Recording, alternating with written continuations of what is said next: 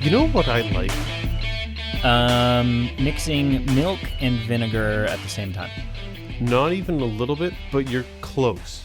Okay. What I'm thinking about is I like the combination of having a good time, kind of having an online community of people kind of hubbing together, but doing it for a greater good and kind of just thinking beyond ourselves and working for the collective of not only our country but humanity as a whole.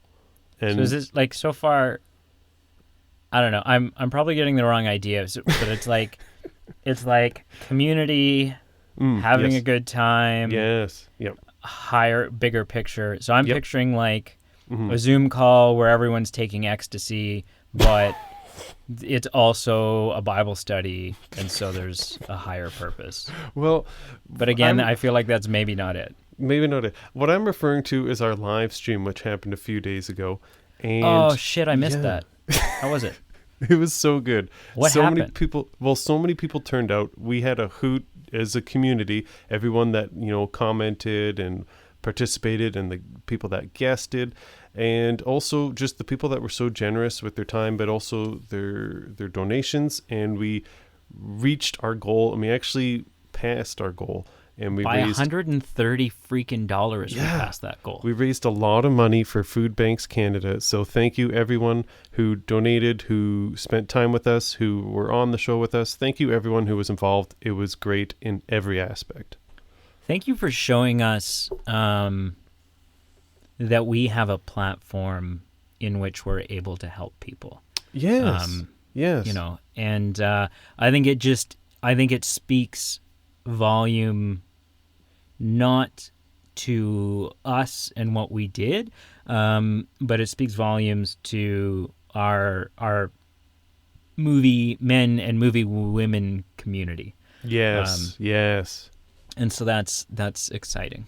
It is exciting. It is. How is your stomach feeling though? So for those of you who missed it, Yeah. you can go watch the 5-hour live stream on our Facebook feed. We eat straight garlic. We eat hot peppers. We take shots of vinegar. We do all kinds of pretty crazy things as we meet our markers. To be honest, I felt okay. The weirdest thing, my throat I think the biggest thing that hit me was the garlic, and my throat just felt weird. It wasn't Really? sore. It was just, I can't describe it. It was just a weird sensation. Like phlegmy almost, or Almost. Not quite, but I think it was close to that. And just, okay. I think it was just maybe a combo of everything. Like the spiciness had just kind of left its mark, and the garlic was just still lingering around, and the vinegar was doing its thing. And But either way, you're alive. I am alive. I think in my case, the worst thing was actually once we were all said and done, I used mouthwash, and I think the hot and the garlic and the vinegar, opened up some pores in my mouth or something. Anyways, it was not a good. It was worse than brushing your teeth and then drinking orange juice. Right. It was like 5 times worse than that. Right. So it didn't seem. I watched you do it, and it didn't seem pleasant. yeah. Anyways, let's move onward. Yes. Oh, hey. I see what you did there. I've been sitting on that all day, I bet.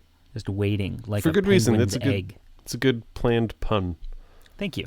But yeah, this is our Sunday night episode, and we are reviewing, the 2020 film Onward, which was released on streaming services for reasons of COVID. Unless you don't live...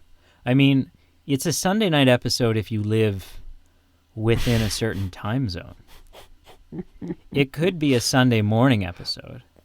And in fact, it could be like a Saturday afternoon episode, couldn't it? Or like... I think it could be a Monday morning episode. A Monday morning episode? Just by depending if you were a couple minutes late to for the release, and it would be literally before 1 a.m. Which, I mean, I think is definitely, how better to end a weekend and how better to start a week. So either way, Yes. we've got you covered. Yes. Yes. It's the grand finale of your weekend, or it's the sweet, savory little rosebud at the start of your week that kind of cushions the fact that the bullshit has begun again and you must return to work. Oh, yes. So, Well, let's get into it. Let's get into it. I've got a couple trivia questions to start off here. Okay. The first is, I guess it's considered trivia. It's more like how well were you paying attention during one scene of the film, but I just really want to ask you it. Okay.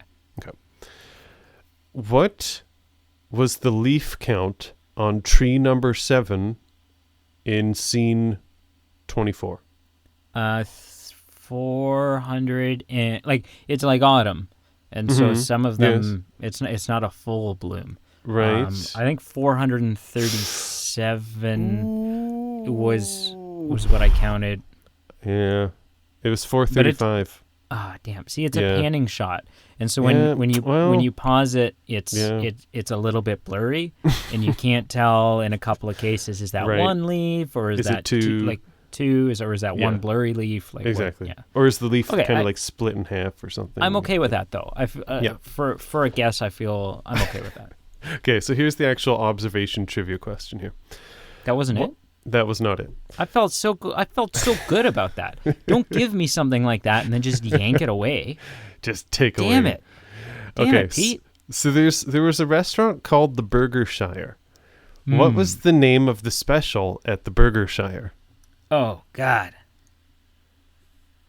I don't know. I honestly don't know.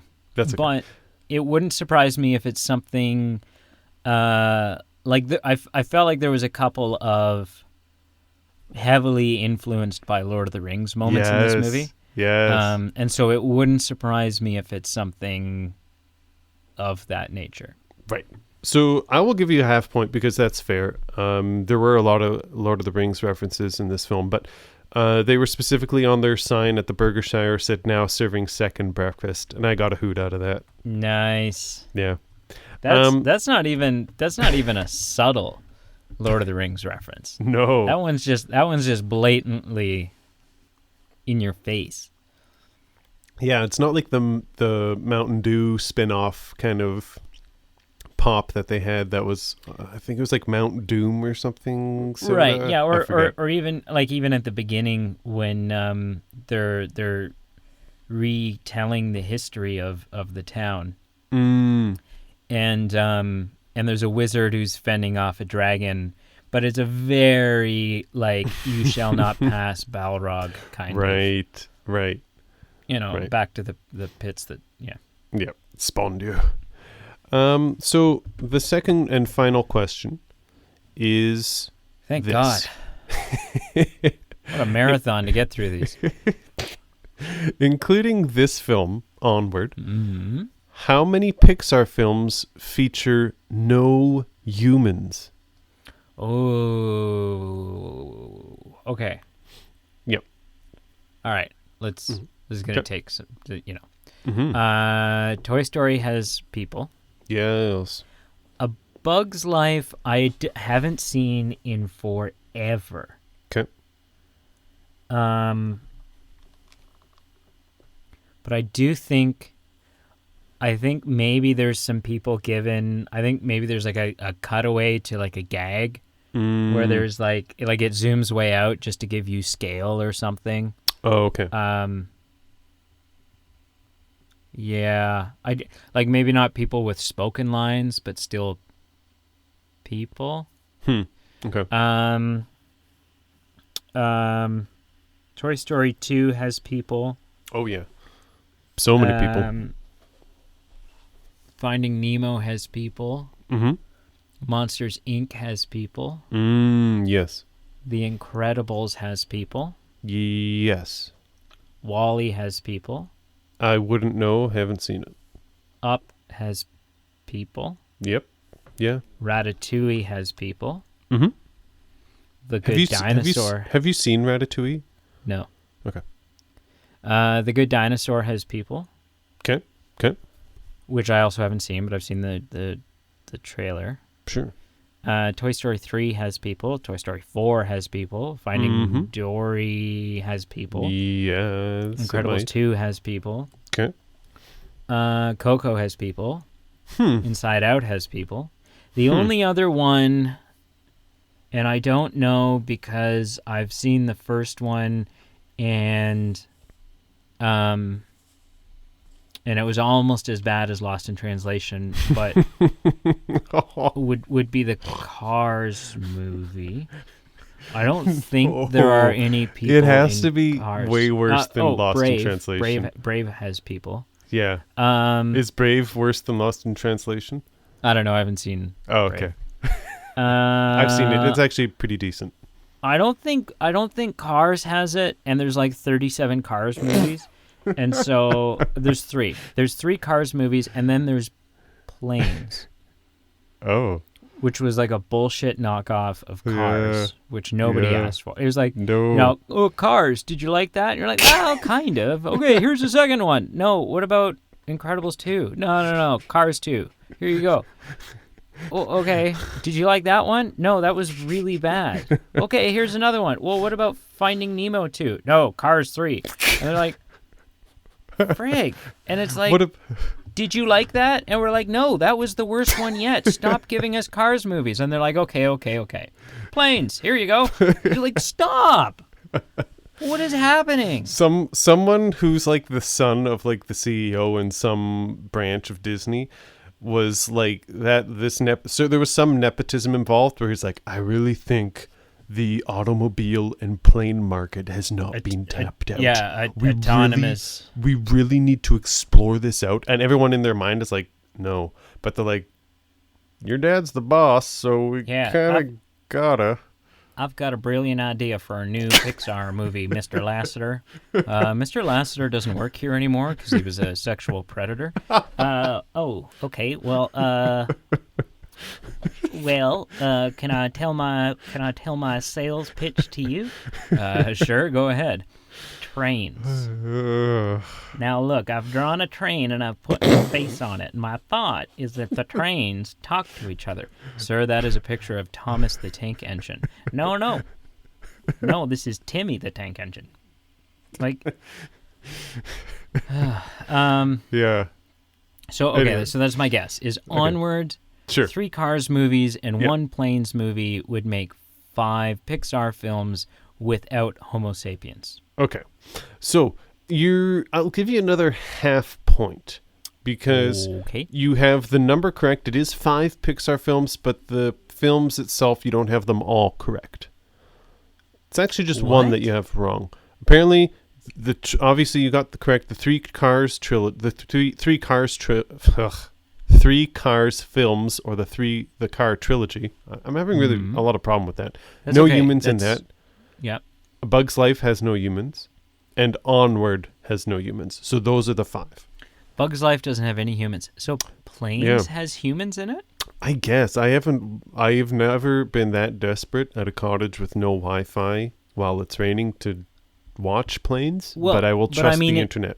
If you're going to tell me I'm wrong with trivia, does Pixar Planes have humans? You're looking it up right now. People. It's not worth the words you're typing, son. Planes. What'd you find? Google just basically says, who the hell cares? 0 results. I don't think it does. The internet source that I used said it did not. I really don't care. I want a full point there. Well, okay, half point because I missed Bug's Life. Yeah. So half a point. But I'm saying that Planes does also belong on that list. So also it belongs on the list of things that suck. So I mean, yes. All right. That was exciting. Sweet. Fantastic. Let's get into it. Let's do it. So we watched this movie like forever ago. So long ago. And then I watched it again today. Nice. And I watched it again today because when I saw the film, the film the first time, I was like, okay, That was good, but Mm-hmm. I don't know. Could have been better. It Sure. was like, I take it or leave it. It was good. I didn't hate it. It wasn't like, it wasn't Cars, but it wasn't Toy Story 3. Right. Right. It wasn't Finding Nemo. It wasn't Right. Monsters Inc. It Monsters doesn't, Inc. Incredibles. It wasn't Incredibles. I would put it more on the shelf of like Incredibles 2 or Coco in my mind. And Sure. I mean everyone's Sure. approach to where they rank Pixar films is going to be different, but to me there's like the golden tier and then the silver tier and then the bronze tier. Yep. And to me it was kind of silver tiered, right? Okay. This wasn't amazing. This isn't a platinum film, but it's not garbage either. No. And there are some genuinely great moments. Sure. But then everyone on the internet loves this film. Everyone's like, this is the best, this is my new favorite film. This is the best Pixar film yet. I cried like a big baby man.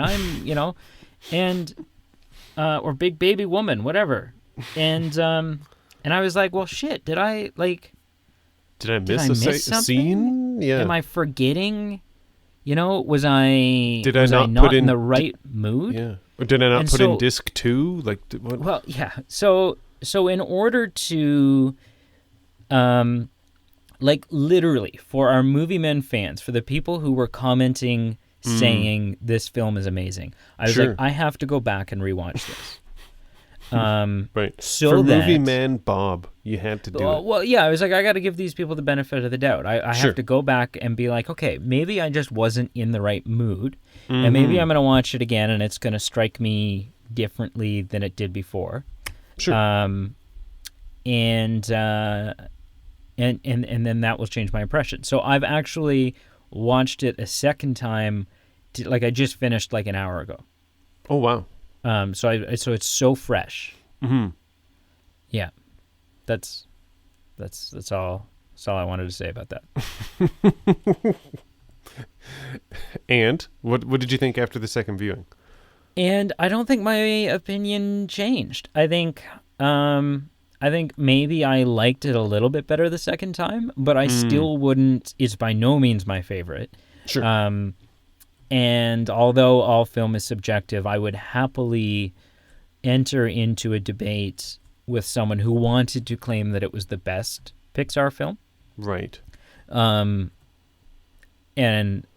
because I feel like it's not like, my stance wouldn't be, well, not close, but it's actually the second because Toy Story 2 beats it out. I would say that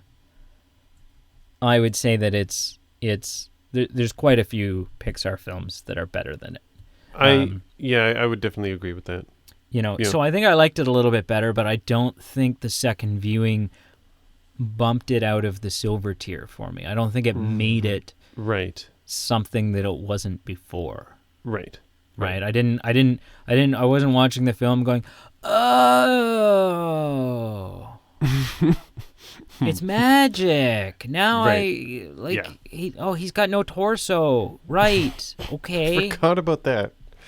That's God. Yeah, no, it just didn't change it for me. I enjoyed it a little bit more. Sure. But it also, I think the second viewing really helped to cement the issues I had with it. Sure. So, Sure.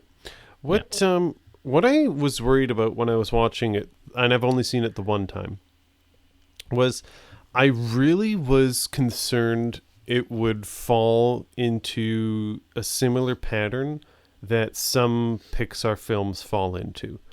okay. And what I mean by that is I agree with you. There's like the platinum or the gold level of just very good from beginning to end in every aspect of the film. There's I would say Monsters Inc., Incredibles. Like there's a few handful.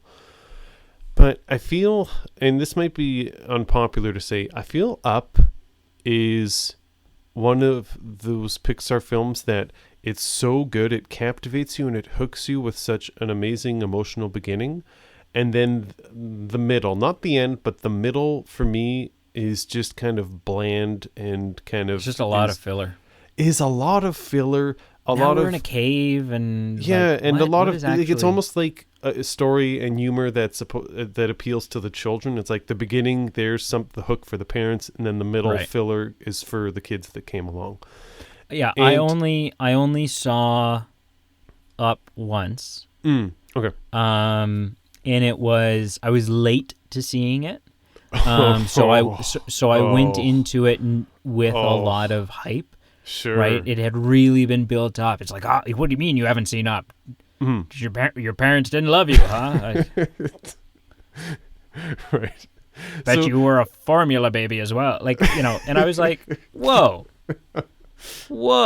that's not, you can't, I was. So that's, anyways. But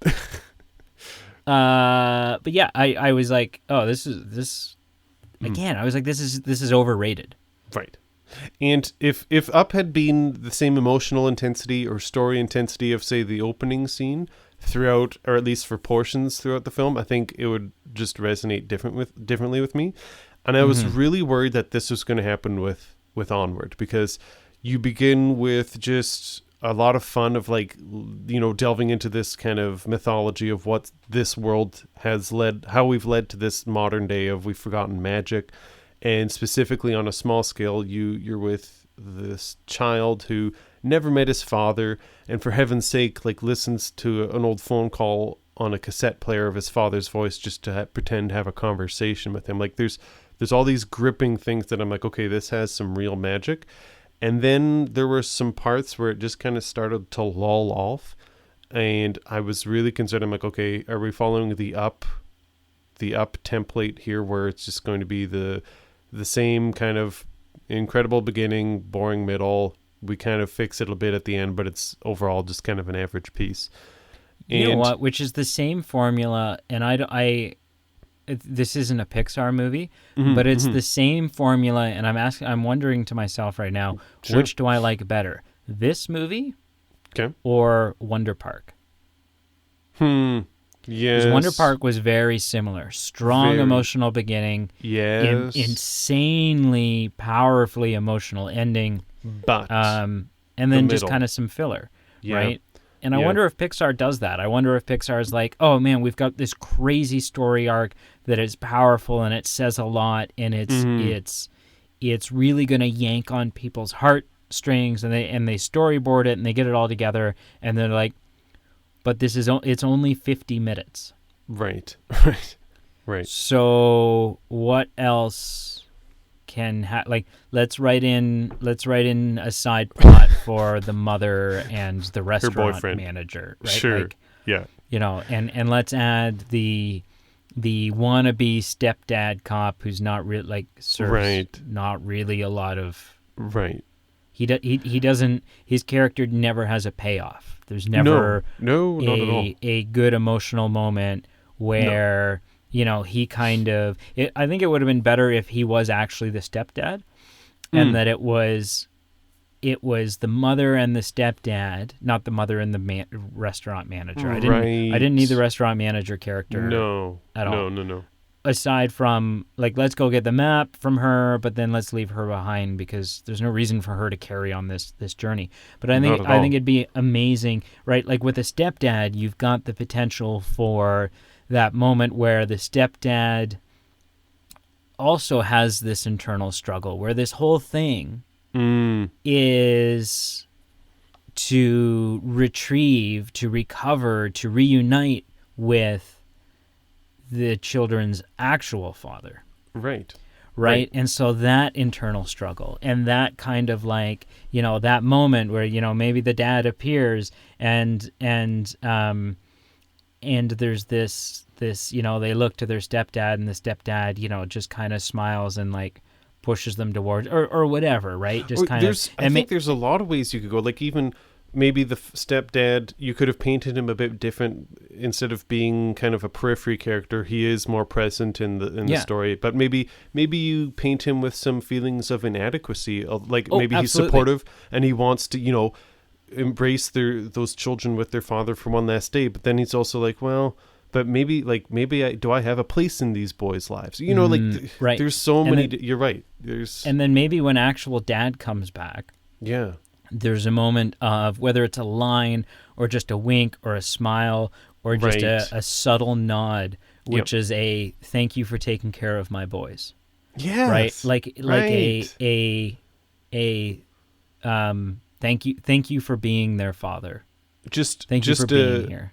Just boiling it down, just like one human being to another, just saying Oh thank my you gosh. for What a layer that would have been. Because Yeah. honestly, yeah. like the only other, you've got two plots. You've got the boys Yes. and their growth. Although I have an issue with their plot, and we'll talk about that in a second. Sure. And then you've got the mother and the restaurant manager, and that's just filler. Oh yeah. It doesn't. It Comedic- never. They Comedic never relief further the at plot. the pawn shop and just Yeah. They Yeah. never further the plot. No, not particularly. There's no growth. There's no struggle that they're just playing cat and mouse. Yeah. Right. There's no struggle that they overcome. Like no. We don't really personal even crisis. see much emotional strife of the mother. Like that's not really depicted in this either. Of like your father's gone. Like maybe we do a bit. I haven't seen this in a couple weeks, Right. but like that. You're right. Like her role in this is mainly filler. The mother. Yeah. Yeah. Oh my gosh, what a better we just rewrote Onward, and I think made it that may have pushed it into honestly if we had had the stepdad thing, Right. and the inadequate stepdad going on the journey as well, and you've kind of got those lines at the beginning where maybe one of the boys is like accepting the younger boy. I can't remember any of their names, but Ian and Tom Holland's character. Tom Holland's character is like, accepting because he never knew his actual dad. He doesn't know his actual dad. But maybe Chris Pratt. Maybe Chris Pratt's character, who does remember the dad, has a couple of exchanges with the stepfather, which is like you're not my dad. Thing. And you're not, and oh gosh, that honestly, and even that the would way have bumped this up. Yeah, and even the way they paint the stepfather, like it's not even that he's kind of neutral, and there was a opportunity cost that was missed out on that. They didn't develop him, which the more I'm talking about it, the more I'm actually excited about it. Right. But they also kind of went in the opposite, so they didn't just keep him neutral. Like they kind of made him an annoying kind of twat, just like, hey, instead of I'm not really supporting you to find the gem to reunite you with your father. I'm actually like being problematic to you. I'm chasing you around in my cop car, and I'm trying to be a roadblock in this. Like it. Yeah. The more I'm thinking about it, I'm like, what the heck? All right, listeners, we just made Onward better. Mm-hmm. Change our minds. And please change our minds, especially the people that commented that thought it was the cat's pajamas. In my notes here, I was going to say, and I still think I believe it a little bit, I don't think it followed the exact same template as Up. It got to about the bridge scene in Onward, and then that kind of where it started, I started being a little bit more invested in the story again. And I don't think it had such just a valley of just nothingness like I'd say Up has. But now I'm kind of changing my mind, and I'm wondering if my score of this film would change, seeing how much just you and I shooting the crap here, of what I think would have made the film better. So much better. Yeah. It may have made it a gold film for me. I think so. I just wonder why, it just seems such an opportunity cost. It's not bad what they did, but it could have been so much better. Right. And I don't feel like the main plot point between the two boys, the main story, is as strong as I'd like it to be either, only because and I understand why they do it, but I think it just felt too, the fact that their dad was just a set of legs, that they couldn't communicate with their dad. Like I get not with words. They had like some tapping and stuff. Yeah, but and I get, and those tapping moments were really great, but the rest of the time he was kind of just he became a prop. Yeah, very much. And I just struggled to like at the end when Daddy-O finally does, properly animate, I was like, I don't have the emotional attachment to this that I should. No. Well, now you're just, like I'm attached to your pelvis and lower. Yeah, I don't know where. Part of me, and I do appreciate what they did with this. Obviously, the realization of the brothers appreciating for one another, and the younger brother realizing that his older brother was a caregiver to him, just not the one he had envisioned or maybe even always realized. And it was heartwarming to a degree. It was fine, I think. It was okay. I'm okay with it. I'm not sure if I would have changed that in particular. I'm not sure if I would have changed the brothers' dynamics. I'm not saying it was perfect, but I'm not sure if it bothered me. That's fair. Something that I want, maybe it's more rhetorical. Maybe there's not much to actually chew on and talk about, but just fundamentally, one point of this film I found very intriguing or very emotionally tough to tackle, and this could just be a me thing, but just the concept, and I'm actually being quite serious, I'm not leading up to like something farcical here. How, like, if you had one day left in the bank, like just whenever you decide, if you had one day left to spend with a chosen loved one, that is incredibly a heavy subject, because it's one thing to just have a limited amount of time with someone, but it's another just knowing that it's a day, and it's a day of your choosing, and once that day is done, then that's it. Right. Like, I honestly, when I was thinking about, for some reason I just really thought about that concept when I was watching this film, and just personally, I would have so much pressure around that, and it's just, how would I actually choose what day to use it? And I'd be always afraid to use it up, and I don't know, maybe it says something more about fear of loss or fear of losing loved ones. I'm not sure, but just the concept was maybe wasn't meant to be so profound and deep in this film, but it's just really, it really struck me. Sure. Yeah.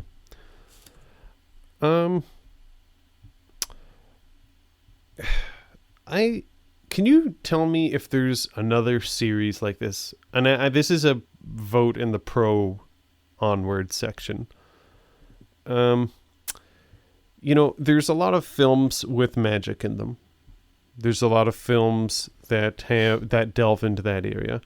And what I really found interesting about this premise is just that this is a universe that acknowledges that magic did exist and that it's forgotten. And that just seems so foreign and unique to me. Right. And I think of other examples of stories with magic, and it's either just a magical world where magic is used on a daily basis, or like Harry Potter, where there is a magical world, but it's kept hidden from the rest of the world, and not everyone knows about it, and it's kind of a big secret. But it's just I personally just can't think of another example where magic did exist, but it's just forgotten, and it's not part of everyday life. And it's just kind of like those old textbooks in the corner that talk about days gone by, that it's just, Grandpa talks about from time to time, but we just kind of roll our eyes and don't really care about magic anymore. Right. I can't think of an example off the top of my... Well, I mean...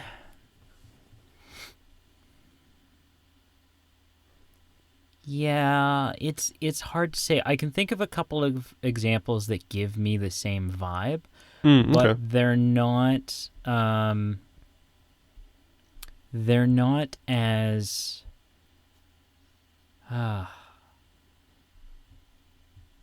yeah, I can think of ones that give me the same vibe, but sure, not ones that match the exact definition that right. you... Yeah. Right. So. That's fair. I'm just curious. And if someone out there listening has something in mind, then I would be really curious to have you share that with us. Yeah, I agree. Yeah. Something that I struggled with this one, and I don't know. I don't know. the animation style of Pixar is becoming more and more impressive. Right? Like it's the animation is getting better and better.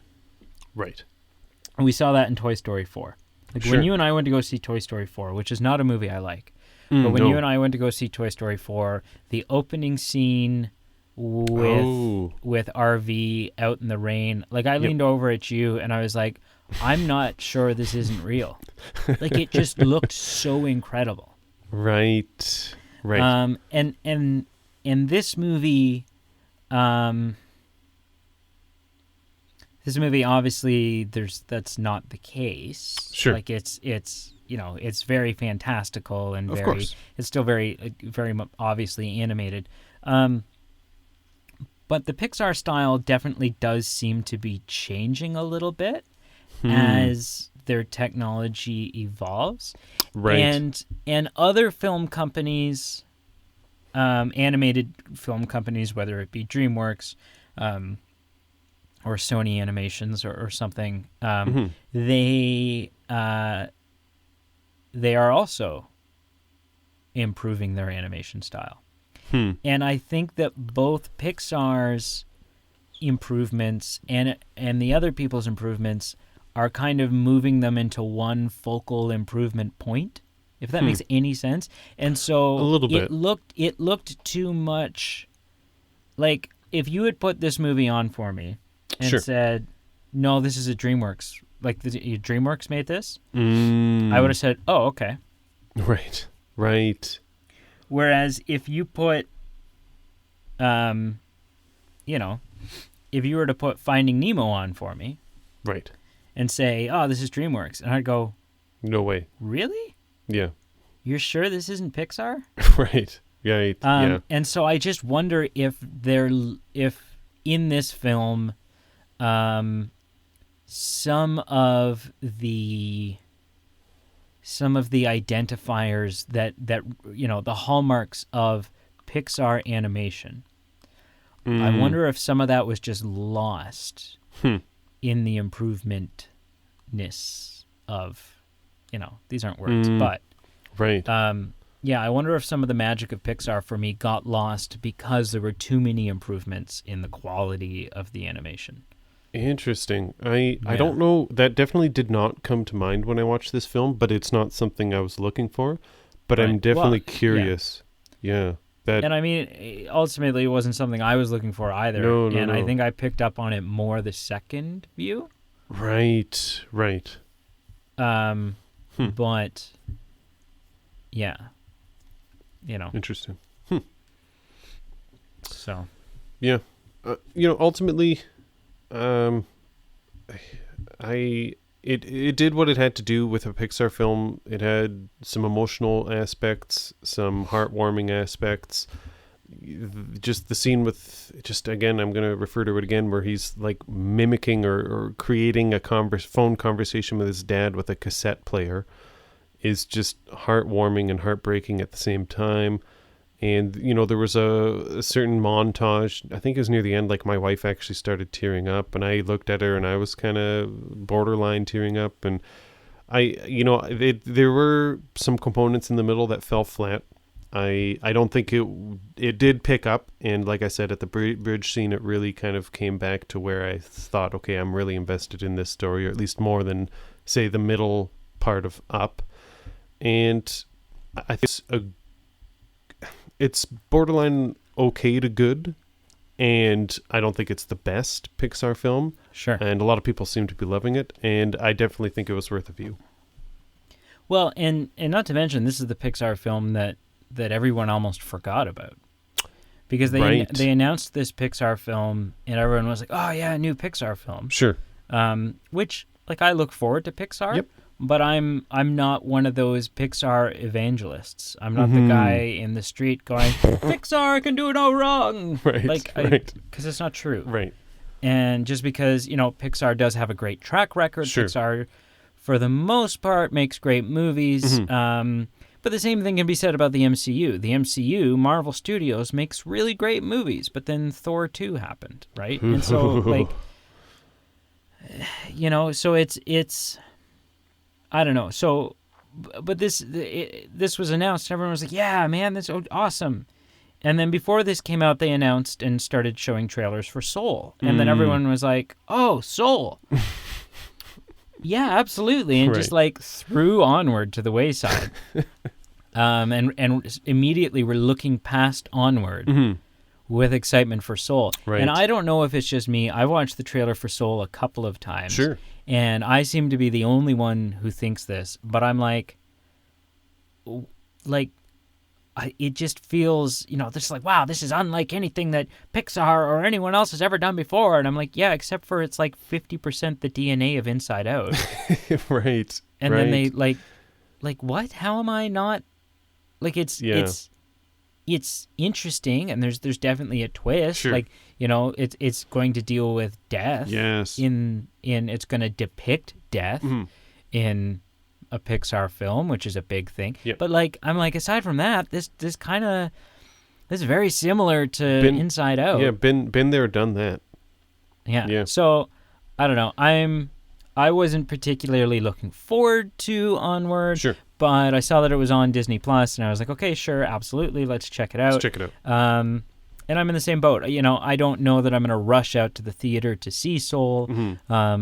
Unless we decide to, you know, do a Hot in the Theaters episode on it, which we very well may. Depending on what the world is like. But I'm not, you know, I'm just not crazy about it. Yeah. I'm not crazy about Pixar, you know? Yeah. Like, and I mean, it all depends. Like, when they were like, hey, we're giving you Toy Story 4, I'm like, I don't need Toy Story 4, but it's Toy Story, so I'm going to be there. Yeah, we've got the tickets. You know, if tomorrow they were like, hey, we're going to do Monsters, Inc. 2, a proper one, where that has Boo in it, we're not going to show you them pimply in friggin' college because nobody gives a shit. Like, sorry. Tell me how you really feel. There's in my opinion, there's too many Pixar films that are golden age Pixar films. Sure. That have silver sequels. Right. So I will say I want to touch on this before we just wrap it up, unless there's more we want to talk about. I would buy a ticket on that bus and sit with you, just as far as not being super excited about Soul. And watching the trailer for it, I'm just kind of like, eh. But on the other hand, I felt the exact same about Onward when I watched the trailers for it, and I never was really into it. And obviously it didn't blow me to the moon, but it was worthy of a view, so I'm sure Soul will be worthy of a view, but I'm not going to circle my calendar and schedule a date to see it. When it happens, if it happens, it'll happen. I will say I enjoyed Onward more than I thought I would from the trailer. I completely agree. Yep. I didn't think the trailer looked bad. I just thought it was so-so. Yeah, I would agree. Right. I would agree. So, yeah. And even though I think Onward could have been better, it's definitely better than the vibe I was getting from the... I don't think I would have been disappointed had I seen Onward in the theater. Right. But having seen it on Disney Plus, I'm not disappointed that I missed it in the theater. You know, I would agree with that completely. So, yeah. What would you give it on a scale of 1 to 10? I gave it a 7.2. This is before you and I really kind of rewrote where we thought it could have gone better. So I'm not sure. I maybe would give it a bit lower if I scaled it again today. But I gave it a 7.2. I think I would have been okay seeing it in theaters. Anything from a 7 or above ranks the highest ranking that it can get, which is paying money to see it in the theaters. And if I had paid money to see Onward in the theaters, I would have been okay with that. Right. That's cool. Mm-hmm. How about you? I gave it a 6.9. Okay, yeah, so, it's very close. So very close. Very close. But I give the mental image that I have right now of the rewrite with the stepdad, I give that like an 8. Oh, I would give that an 8 if it was done like we said, and it was done properly. Yes, it would have just brought it up so much more. It would have fleshed it out and just made it more rich. Yeah. Man, I'm actually like really. I want to start a GoFundMe page to redo this film. Don't be that guy. Don't be that guy. Hey, man, we gotta. But yeah, 6.9. Cool. That's kind of where I leave that. The hell did you watch this week, dude? So this week was a little weird. I watched some film. I did not watch your recommendation of Doolittle. It's going to have to be bumped till next week. Okay. Just with the way we're recording it, it was my week kind of snuck up on me a little bit, plus with the live stream. Sure. So I figured I'm going to give it some time versus just, watching it while I'm brushing my teeth kind of thing. So I will postpone it, watch it next week, and I'll tell you what I think in addition to whatever recommendation you give me today. I did watch some other films. Again, this is the second week in a row that I don't really have a clear recommendation for you. So I'm probably just going to list some films that I watched. You can pick and choose if you want to watch one of them, and if not, sure, that's totally fine. So, I'll definitely, I'll tell you, I'll definitely watch one of them. I will pick one and watch it. I think I know which one you'd watch of these three, but so I did finish A River Runs Through It. I finished like the last quarter of it. Nice. It's just very slow. It's hard to get into. There was like maybe one monologue or one montage at the end that it was like, wow, okay, that was maybe really profound, but it wasn't worth 2 hours of just waiting for something to happen, and literally nothing happened. And then when something happened, it was like, wow, that really wasn't how I expected it. And it was definitely not my top Brad Pitt, Gordon Levitt Jr. film. But interesting. Very dry. I think you'll be pleased with this. I watched the first Bad Boys. Nice. I'd never seen it before. So that's a movie that Carl and I watched the first two together. Nice. And I haven't seen the third one yet. I don't know if Carl has. Carl, if you're listening and you watched it without me, you son of a gun. And I say son of a gun because I know your mom, and I don't want to. That's not. Right. I'm scared of your mom. She's a nice lady. So she's a very nice lady. Yeah. Unless you piss her off, and then she's still nice, but she's nice. Dangerous. With a fist. In your face. Anyways, when we watched it, we were like, at the time of watching it, we were like, oh my God, this is us. This is us. Who was who? We like who was assigned. Who was Will Smith? I was Will Smith. Okay. I was Will Smith, and he was Martin Lawrence to the T. Okay. Just where we were in our lives and our personalities and the type of people we were. Right. It was like, I mean, neither Carl or I were black at the time. At the time, that's the clear distinction. And neither of us were cops. But that is when you were driving your Porsche around, I think. That it is, before the accident. So, So, anyways, that movie for Carl Eastman and I is it's near and dear. Cool. It's exactly what I was expecting from a 1990s Michael Bay action film. And I think if you go into it expecting something else, you'll be disappointed. But if you just want like a fun 90s kind of fast tempo action film, it is what it is. And I enjoyed watching it. And number 2 and 3 are on my docket at some point. Nice. My final film that I watched this week that I honestly am just trying to unpack now. I'm watching it with a couple friends remotely, friends of the show, Marshall and Jesse. It's a Netflix film called Horse Girl. And I honestly don't really know what I think of it. I'm picturing that you guys set out to what you were like, oh man, let's get a group together and watch BoJack Horseman. But someone what? Loaded up the wrong thing. What's BoJack Horseman? Oh, watch it. Watch an episode of BoJack Horseman tonight. I am so curious. Netflix. Okay, I'll check it out. Yeah, do it. This film, I honestly, it's made me uncomfortable, and I also just don't really understand completely every facet of what I watched. It honestly reminded me of Shutter Island mixed with Joker. All right. Just So I mean, that's what I'm watching then. just kind of like a mind F film, but also just Yeah. I felt uncomfortable just because there were just certain elements of Joker that were too real, and it just made it uncomfortable for me personally.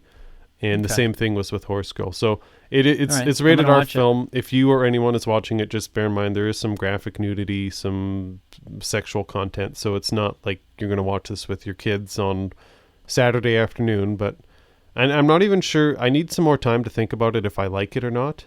But it's what I watched. So yeah, Okay. Yeah. Yeah. I'll watch it. cool. That is it. What I did you watch? I watched a Prince documentary that you recommended to me. Right. It was pretty long.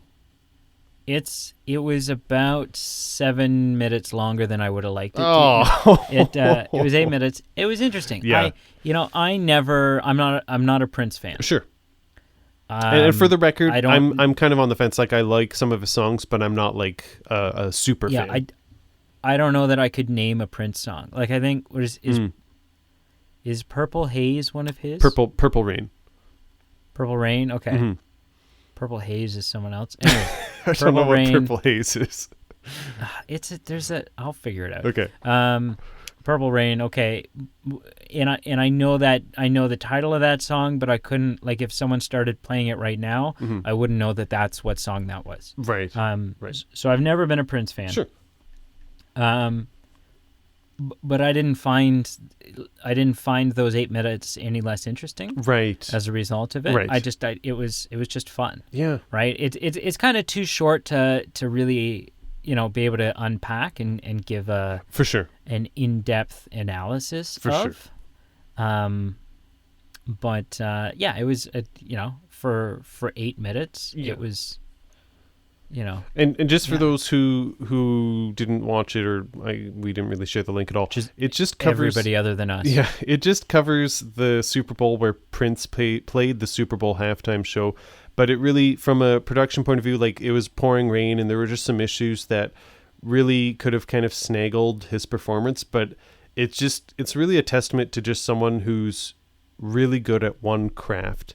And when something bad happens, instead of just kind of folding up camp and being like, well, there's always next year's performance, like you embrace it. You go with it. And you not only you go with it, but you use it. You use it, whether it's physically using the rain to just enhance his performance, or you just use it to fuel yourself to share it. And there's something inspiring to artists, whatever field you're in, harnessing your craft and just letting it just totally just be shared with the masses or with one person. It doesn't matter the volume of people, but just if you're good at something and that's your gift, using your tools in circumstances that aren't ideal to share something. And that was what it interested me.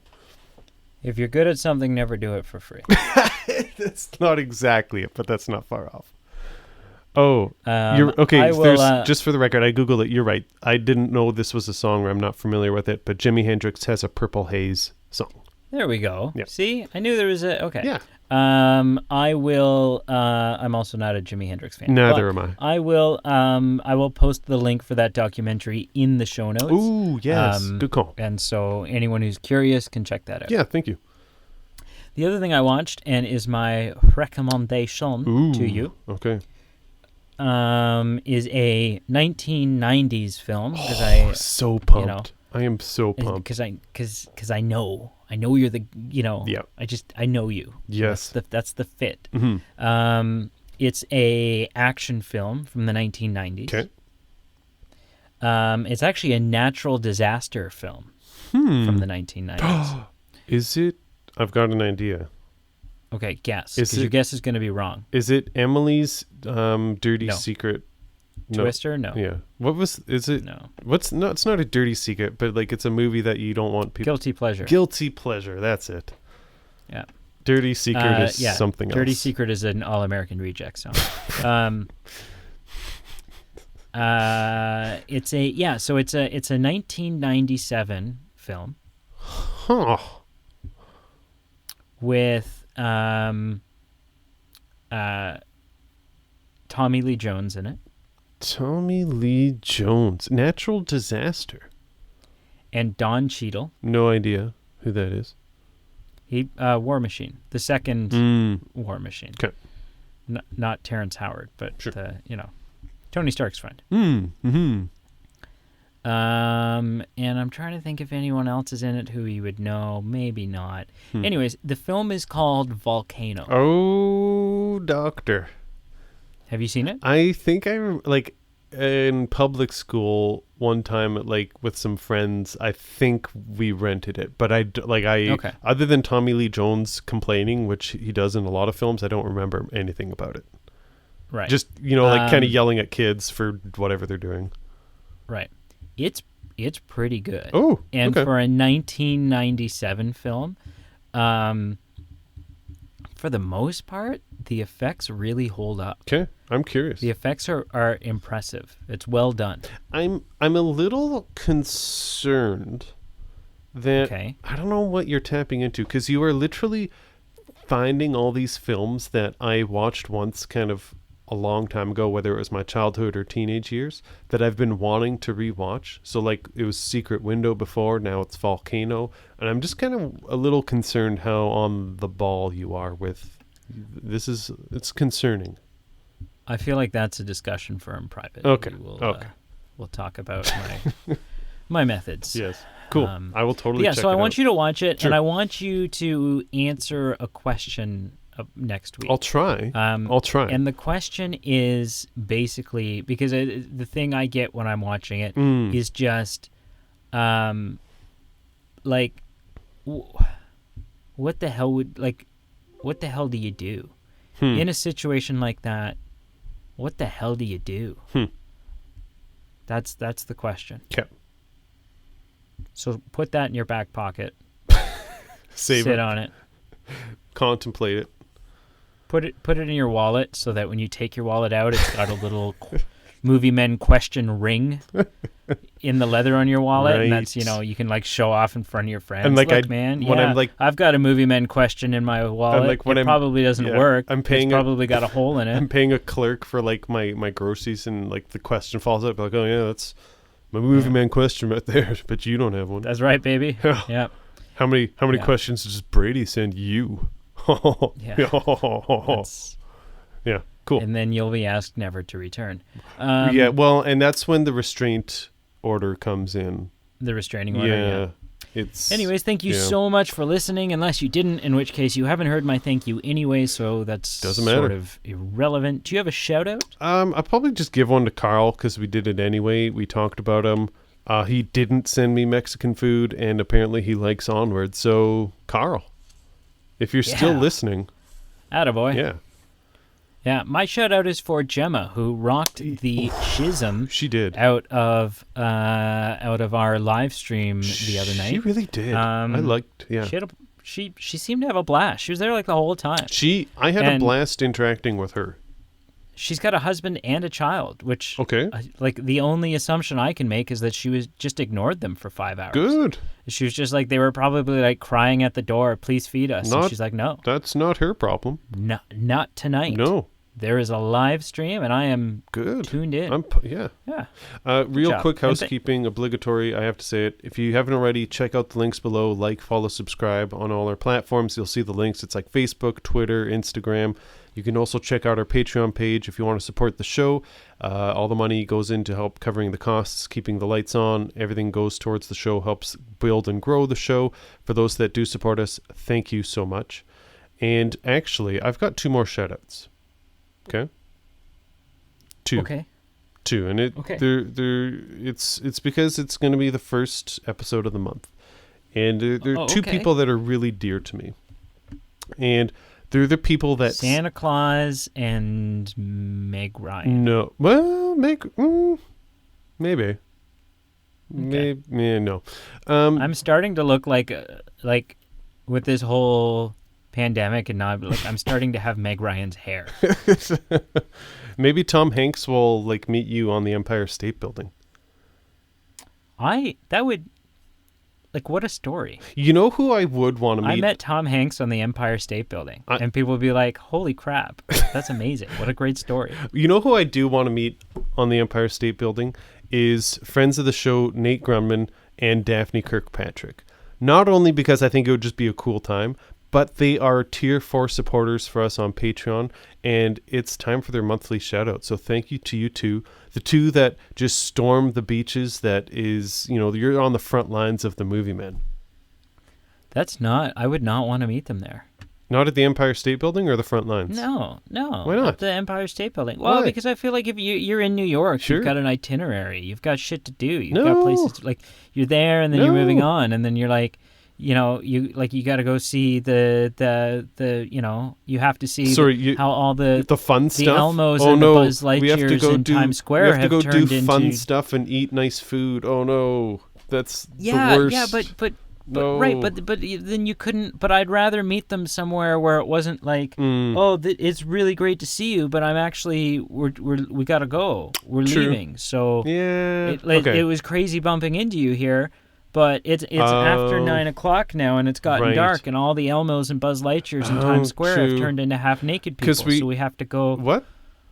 Like, so have you never been to Times Square? Not the naked. I guess true, because I said meet up with them. It's not like we were on a vacation with them. Like, I wouldn't want to meet up with them. That's true, because we'd have different itineraries. I see what you're saying. So interesting piece of information. Yeah. I was in New York City. Yeah, with for Daphne. A conference. With Nate. No.